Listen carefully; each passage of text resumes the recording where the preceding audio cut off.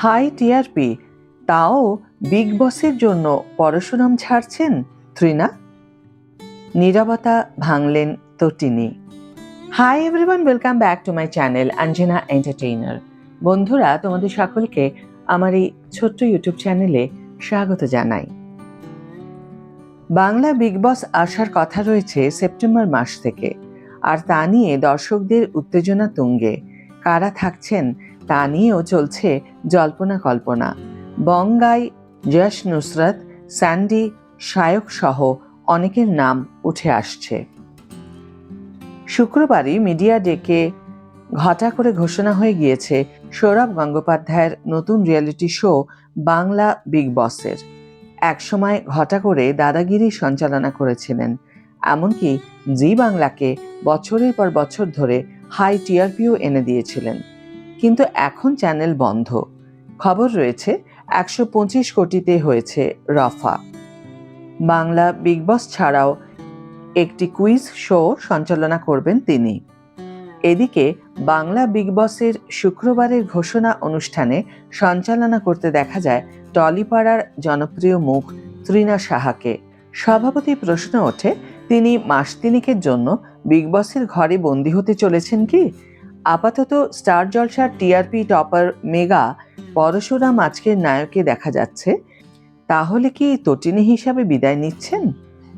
Big বসের ঘরে থাকছেন কি না জানতে চাওয়া হলে যাকে বলে আঁতকে ওঠেন তটিনী, তৃণা সাফ জানিয়ে দেন, পরশুরাম ছাড়ার প্রশ্নই উঠছে না।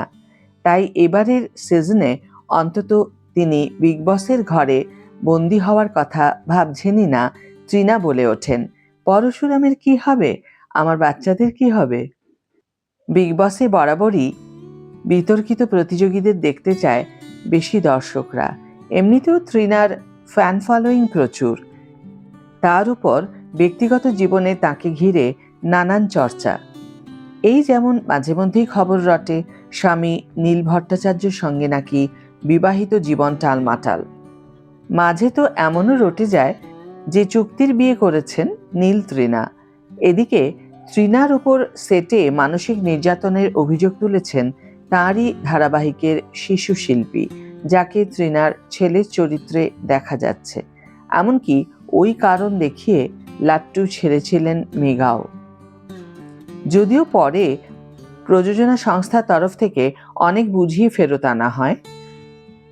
নানা নাম সামনে আসছে, কিছু ইনফ্লুয়েন্সার থাকবেন বলে খবর দিতিপ্রিয়া, সৌমিত্রিষা, নুসরাত, যশ, অভিনেতা নীল ভট্টাচার্য, স্যান্ডি সাহা, গায়িকা অঙ্কিতা, বঙ্গাই এবং তার প্রেমিকা অন্তরা এবং আরও অনেকের কাছে বিগ বস বাংলার অফার গেছে সিলেকশনের জন্য। আজকের ভিডিও এখানেই শেষ করছি বন্ধুরা। ভিডিওটি যদি ভালো লেগে থাকে তাহলে অবশ্যই একটি ছোট্ট করে লাইক দিও, শেয়ার করো বন্ধুদের সাথে, কমেন্ট করে জানিও তোমাদের মতামত।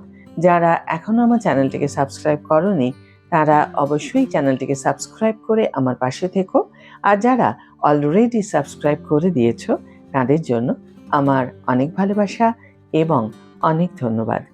আজ তাহলে বিদায় বন্ধু, দেখা হবে পরের ভিডিওতে। ভালো থেকো, সুস্থ থেকো, সঙ্গে থেকো।